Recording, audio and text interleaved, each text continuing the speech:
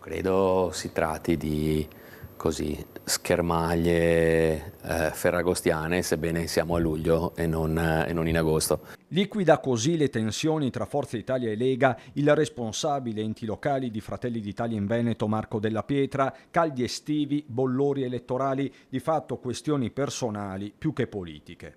Che tra il governatore e Flavio Tosi non scorra buon sangue, mi pare che sia sotto gli occhi di tutti, ma già da tempo.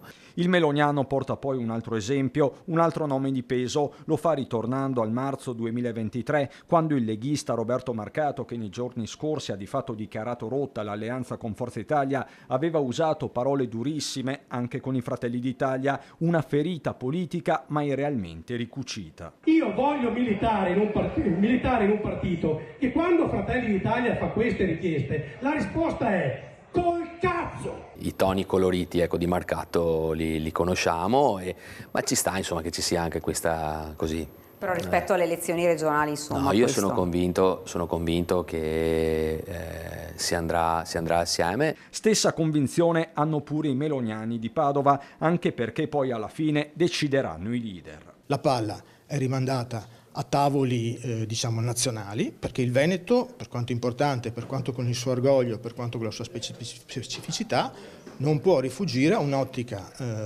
nazionale di schieramento, che è quella che poi sta facendo vincere il centrodestra. E fare sintesi, si badi, non significa rinunciare al candidato presidente. Per me, naturalmente, come uomo di partito, è auspicabile che ci sia anche la possibilità di un uomo che provenga dalle file di Fratelli d'Italia o comunque indicato da Fratelli d'Italia. Altra variabile è la presentazione di una lista Zaia che potrebbe sparigliare non poco le carte nel già confuso tavolo del centrodestra, e a tal proposito si registrano le parole del ministro Luca Ceriani: l'importante è che Zaia appoggi il centrodestra. Intanto il diretto interessato dal Vicentino torna a lanciare messaggi in bottiglia. Io non ho mai avuto l'idea che chi sta concludendo la sua esperienza in un'amministrazione debba lasciare i pozzi avvelenati, quindi farò in modo che il mio successore o la mia successora abbiano assolutamente la possibilità di avere una regione in corsa e non con il freno d'emergenza tirato.